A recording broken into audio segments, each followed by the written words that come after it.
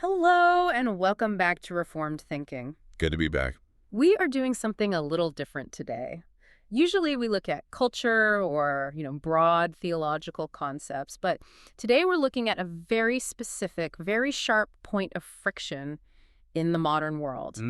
We're looking at the machinery of international justice, specifically regarding the war in Ukraine, and we're asking a question that I think keeps a lot of us up at night. I think it does.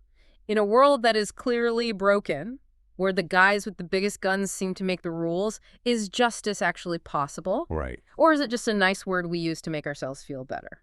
It's the oldest question in the book, isn't it? It's Habakkuk complaining to God. Yeah. Why do you make me look at injustice? Why do you tolerate wrongdoing? Exactly. And today we're looking at a very concrete attempt to answer that complaint.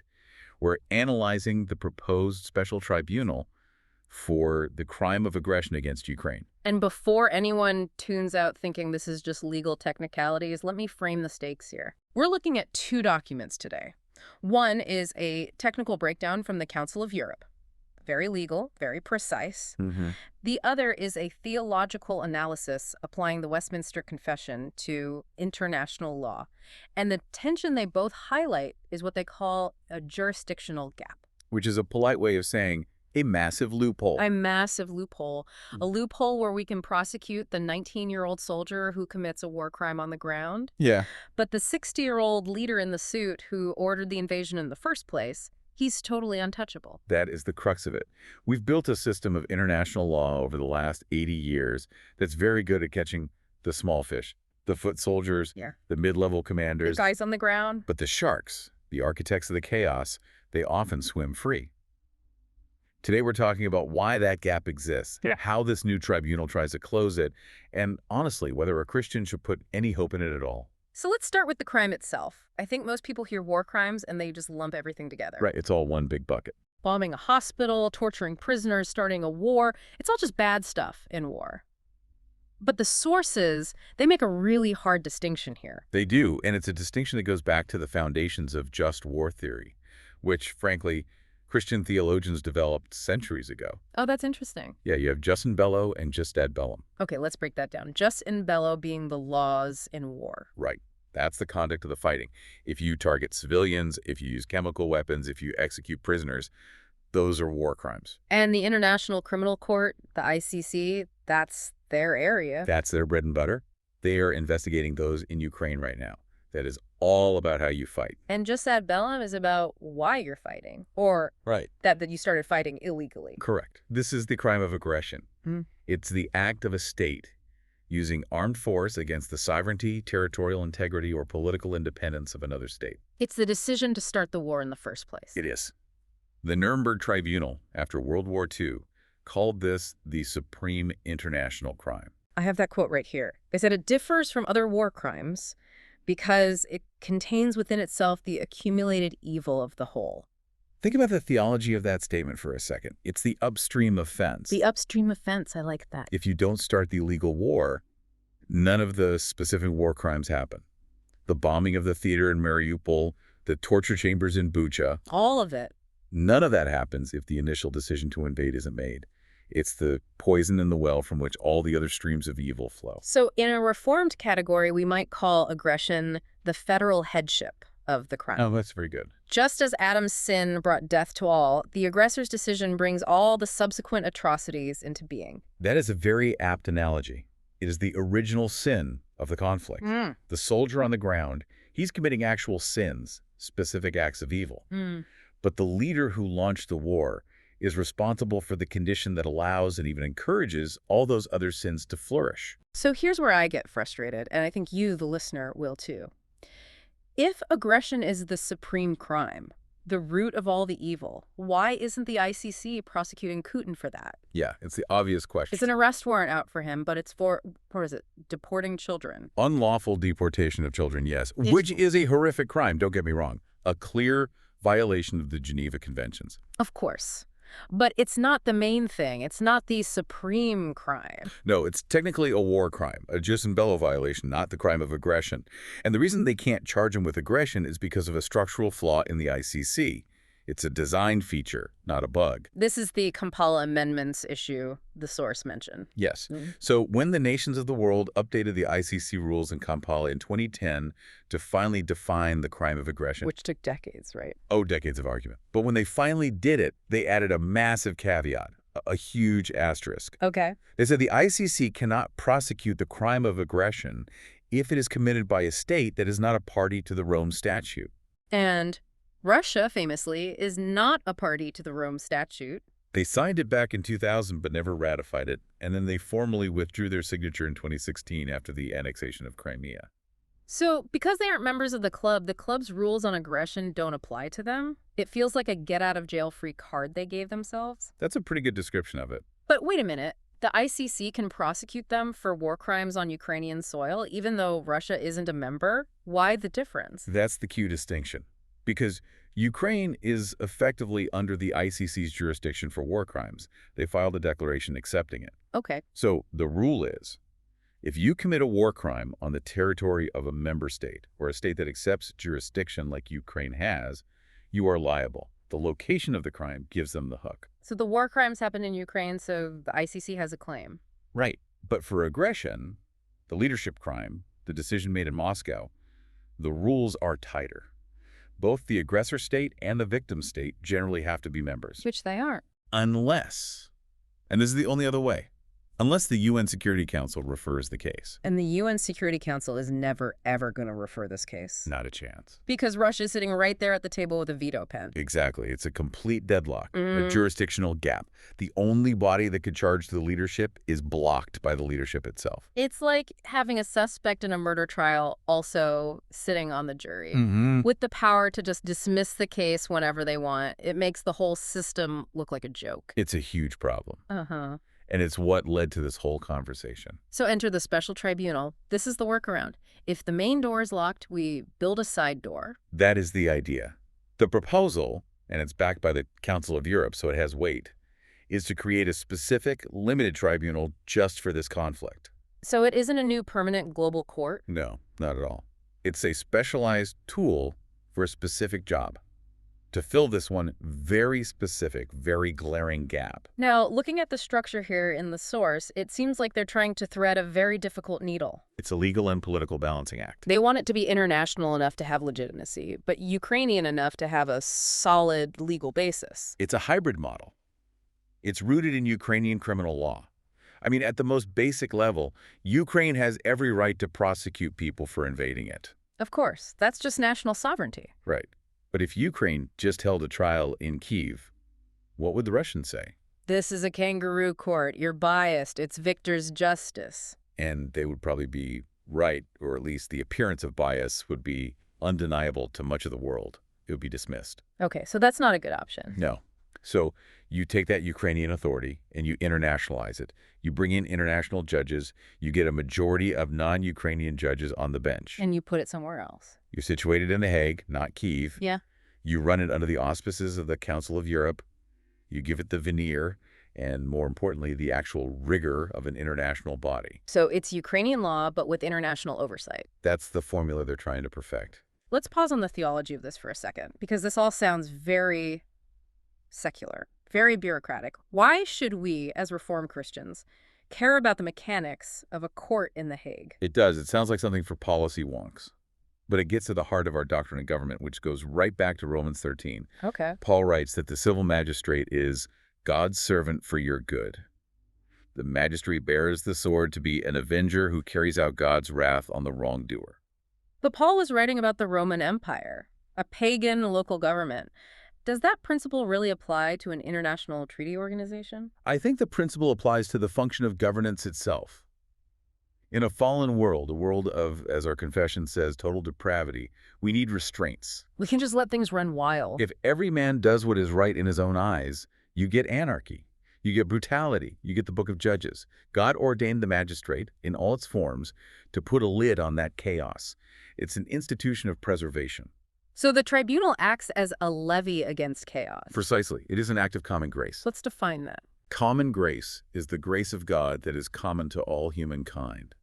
It's the rain that falls on the just and the unjust. It's the moral conscience in every person. And it's the structures, like government and law, that restrain the full expression of human sinfulness. So it's not saving grace. No, absolutely not. This tribunal won't preach the gospel. It won't save anyone's soul, but it might save a village from being shelled. Or at least it affirms that shelling the village was wrong. It upholds the moral order of the universe, which God himself instituted. And that moral order says that leaders are not gods. Yes. I was reading the section in the source on the Troika, the specific targets of this court, and it's very narrow. We're talking about the head of state, the head of government, and the foreign minister. The big three. In Russia's case, that's the president, the prime minister, and the foreign minister. The people who can actually direct the power of the state. Historically, these people were untouchable. The whole idea of the divine right of kings, you couldn't sue the king because the king was the law.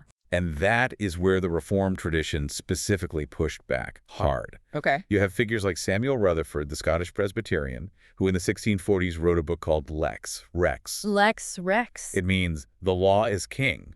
He argued directly against the popular idea of Rex, Lex, or the king is law. So he flipped it. He flipped it on its head. Yeah. He argued that the king is under the law and, more to the point, under God. If the king becomes a tyrant, he violates his covenant with the people and with God, and he forfeits his authority. So stripping immunity from a head of state isn't some modern liberal invention. It's actually a very old, very biblical idea that no man is above the moral law. It is. But, and here's the giant but, that the sources spend pages and pages on, the international community is terrified of actually doing it. This is the immunity problem. And I have to say, reading this part of the legal analysis made me want to throw the document across the room. It's frustrating. I get it. Walk us through what you saw there. So the statute for this proposed tribunal says, on one hand, and it's very clear, official capacity is irrelevant to responsibility. Right. Plain as day. Meaning, it doesn't matter if you're the president, you are still guilty of the crime, your job title isn't a shield. A core principle of post-Nuremberg justice. But then, almost in the next breath, it has this suspension clause. It says that if the indictment concerns a sitting member of the Troika, so if Putin is still president, the proceedings have to be paused. The pretrial judge cannot confirm the indictment. It just gets put on ice. The pause button. It feels cowardly. It feels like they're saying, you're a criminal, but you're a powerful criminal, so we'll wait until you retire. Yeah. If the crime is aggression and the aggression is happening now, every single day, why are we waiting? It seems to gut the whole purpose. This is where the expert side of me has to play the buzzkill. The source calls this a realism clause. Realism or fear? Maybe a bit of both. We have to understand the environment these lawyers and diplomats are working in. International law, unlike domestic law, relies 100% on the voluntary cooperation of states. There's no world police to enforce it. Zero. So they are afraid that if they issue an arrest warrant for a sitting leader of a nuclear power, other countries will just bail on the whole project. I'm worried about the precedent. They're terrified of it. And it's not just fear of Russia. Think about the United States. Think about China. Think about the United Kingdom or France. Do you think Western leaders want to set a precedent where a sitting head of state can be indicted by an international court? So if they do it to Putin, maybe 5 years from now, some other court tries to do it to a U.S. president over a drone strike or something. Exactly. There's a lot of self-preservation baked into this system. Yeah. But there's also a pragmatic argument they make, which is about peace negotiations. What's that argument? There's a school of thought that says, if you indict Putin as a war criminal today, while he's in office and the war is ongoing, you back him into a corner. Okay. He has no exit ramp. He can't negotiate a peace deal because he knows the moment the war ends, he's on a plane to The Hague. So he has every incentive to fight to the death. The cornered rat theory. So you leave him a potential way out to, in theory, save lives by ending the war sooner. That is the argument. It's a classic justice versus peace dilemma. Sometimes the argument goes, you have to trade a little bit of immediate justice to get peace. It's a tough pill to swallow. It is. But the tribunal's answer to this seems to be a compromise. They're trying to find a third way. And that is? They say, okay, we won't issue the public indictment, but we will investigate. We will gather the evidence. We will build the file. We'll have the indictment drafted and ready to go. They just won't unseal it until he leaves office. The source calls it being future ready. It's trading immediacy for durability. They are making a long-term bet. A bet on what? A bet that Putin won't be president forever. He will die, he will be ousted, or he will retire. And when that post office moment comes, the trap snaps shut. The file's already there. The legal work is done. It requires a lot of patience. And biblically, it reminds me of the tension we see all over the Psalms. How long, O Lord? Yeah. We want justice now. We want a lightning bolt from heaven. But often God's justice, and certainly human justice, is slow. It's methodical. The arc of the moral universe is long, as Martin Luther King Jr. said. The Reformed view acknowledges that the wicked often prosper in this life. Jeremiah 12.1 asks that explicit question. Why does the way of the wicked prosper? Why do all who are treacherous thrive? And there isn't an easy answer. No. The fact that a tyrant stays in power and eats fine food while his victims suffer is a painful reality of a fallen world. This tribunal is trying to build a mechanism that says, you may prosper for a season, but the record is being kept. The books are not closed. Let's talk about that record keeping, because another huge issue here is enforcement. Next big hurdle. We've established we probably can't arrest him while he's president, but even if he wasn't president, Russia forbids extradition in its own constitution. They aren't going to just hand people over to The Hague. No. And the tribunal has no police force. It has no army.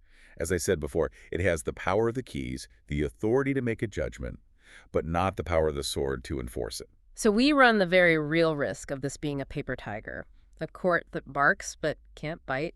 You get a conviction, a piece of paper, and the convicted person is still living freely in Moscow. That is the biggest risk. Yeah. And that leads to the really interesting and controversial discussion in the sources about trials in absentia. Right. This was fascinating to me because most international courts, like the ICC, generally don't do trials if the guy isn't in the room. Correct. They pause everything until an arrest is made. Yeah. Sometimes for years or even forever. But this special tribunal is designed from the ground up to allow trials without the defendant present. It's a really big deal. It's a controversial mechanism. On the one hand, it solves the deadlock. If the defendant refuses to show up, or if they can't be arrested, you hold the trial anyway. You present the evidence. You call the witnesses. The defense lawyers appointed by the court can still challenge everything. And at the end, you issue a verdict. So it prevents the criminal from vetoing the justice system just by hiding. That's the main benefit. You don't let the powerful escape judgment just because they can't be caught. But on the other hand, does it look like a real trial? Or does it look more like a university lecture or a truth commission? That is the danger. That is the big trade-off. We all remember the images from Nuremberg, Goering and Hess and the others sitting in the dock wearing those headphones, listening to the translation. Yeah. The visual of these once mighty leaders looking small and defeated and being held to account, that was half the power of the proceedings. It was a spectacle of justice. If you do it in absentia, you lose that. You just have an empty chair. You do. You lose that visceral satisfaction. And you risk the criticism that the defense wasn't adequate because the guy wasn't there to whisper in his lawyer's ear. No, that's not what happened. It could be seen as less legitimate? It could, but the sources argue that the trade-off is worth it because of the value of what they call the forensic record. This is what I wanted to get into, the deliverables. Because even if we don't get an arrest, the sources argue the tribunal still achieves something massive. And the first thing is truth. We live in an age of hybrid warfare. Disinformation is a weapon. Russia and other actors, to be clear, they flood the zone with lies. We didn't bomb that. They bombed themselves. It's a special military operation, not a war. We're fighting Nazis. Gaslighting on a geopolitical scale. Yeah. A tribunal, especially one conducted with rigorous international standards, cuts through that fog like a knife. It's a rigorizing machine. It takes a claim. It demands evidence, satellite photos, intercepted communications, witness testimony. It tests that evidence, and it issues a finding of fact. So it's about establishing a baseline reality. Yes. 10 years from now, 20 years from now, you can't have revisionist historians saying, well, it was complicated, we don't really know who started it. You have a court judgment that says, no, on this date, this order was given by these people, and it was a crime. It settles the historical record. Theologically, that resonates deeply. We are people of the truth. The Ninth Commandment forbids bearing false witness. A tribunal is a massive institutional way of bearing true witness. It is, and it validates the victim's experience. Imagine you're a refugee from Mariupol. Your city was destroyed, and you hear people denying it ever happened. To have a judge in The Hague say, what happened to you was a crime, and the person who did it is a criminal, that matters. Even if the criminal is safe in a dacha outside Moscow. Even then, the moral reality has been declared. The truth has been spoken into the public square. There's also a financial angle here that I hadn't fully grasped. The tribunal isn't just about jail time, it opens the door to asset seizure. This is huge. It connects to what's called the Register of Damage. Explain that. We know there are billions, maybe hundreds of billions of dollars of Russian state assets frozen in Western banks right now. Okay. But you can't just take that money and give it to Ukraine. Legally, it's very complicated. A judgment from this tribunal, finding that the state itself committed the crime of aggression, creates a powerful legal hook. It provides the legal justification for seizing those assets. It allows you to say, Yeah. these assets are now forfeited as proceeds or penalties of the crime of aggression. And that money can be funneled to Ukraine for reconstruction. Which brings us back to biblical justice. It does. Look at the Mosaic Law in Exodus 22. If you steal a sheep, you don't just say, I'm sorry. You pay back fourfold. There's a cost. There's a cost. Biblical justice is restitution. It's about making the victim whole as much as possible. We can't bring back the dead, but we can rebuild the bridge, the hospital, the power grid. And this provides a legal pathway for the aggressor to pay for it. So even without an arrest, you get a historical record and you get a basis for reparations. What else? The sources mention isolation effects. Yes. An indictment, even if an arrest isn't made, is not just a piece of paper. It severely constricts the world of the accused. Oh, so? They can't travel to any country that might cooperate with the tribunal. Their world shrinks to Russia and maybe a handful of allies. Any personal assets they have in Western banks are frozen. They can't do business. So it makes them a pariah. It delegitimizes them. You can't host a G20 summit with an indicted war criminal. It changes the diplomatic calculus for every other country and turns them into a liability. Speaking of the cost, I want to shift gears. We've been very cerebral so far. Legal jurisdiction, immunity clauses. It's easy to treat this like a chess game. It is. But one of our sources, the theological one, it stopped the legal analysis and just put the numbers on the table, and it was jarring. And we need to sit with these numbers and we need to let them weigh on us. The source focused on the projections and realities for 2024 and 2025, and what shocked me is that it noted that civilian casualties are not going down. They're going up. A 27 to 31% increase projected for 2025. Think about that. We are years into this war, and it is getting more deadly for civilians, not less. We've almost gotten used to it. But the reality on the ground is getting worse. The source attributes this to a shift in tactics. Less focus on frontline battles and more on terrorizing the civilian population. The use of long-range ballistic missiles, the Shahed drones swarming cities hundreds of miles from the front. And specifically, the systematic, deliberate targeting of energy infrastructure. They mentioned 50% of the energy generation capacity has been damaged or destroyed. Imagine living through a Ukrainian winter with half the heating grid gone. That isn't collateral damage from a stray bomb. Yeah. That is a deliberate strategy to freeze a population into submission. It's weaponizing winter. And the casualty count. Over 53,000 confirmed civilian casualties. And confirmed is doing a lot of heavy lifting there. Yeah. That's just the bodies the UN can count. We know that in occupied territories, places like Mariupol, where the destruction was almost total, the real numbers are likely exponentially higher. We're talking about tens of thousands of bearers of the Imago Dei. Image of God. Yes. Yeah. Extinguished. We can't just see them as statistics. And the displacement. 3.7 million internally displaced, millions more as refugees abroad, a whole generation of children growing up away from their homes. It's a demographic catastrophe. When we look at the crime of aggression through this lens, it stops being a dry legal term. It becomes very real. The source says aggression is a continuous crime.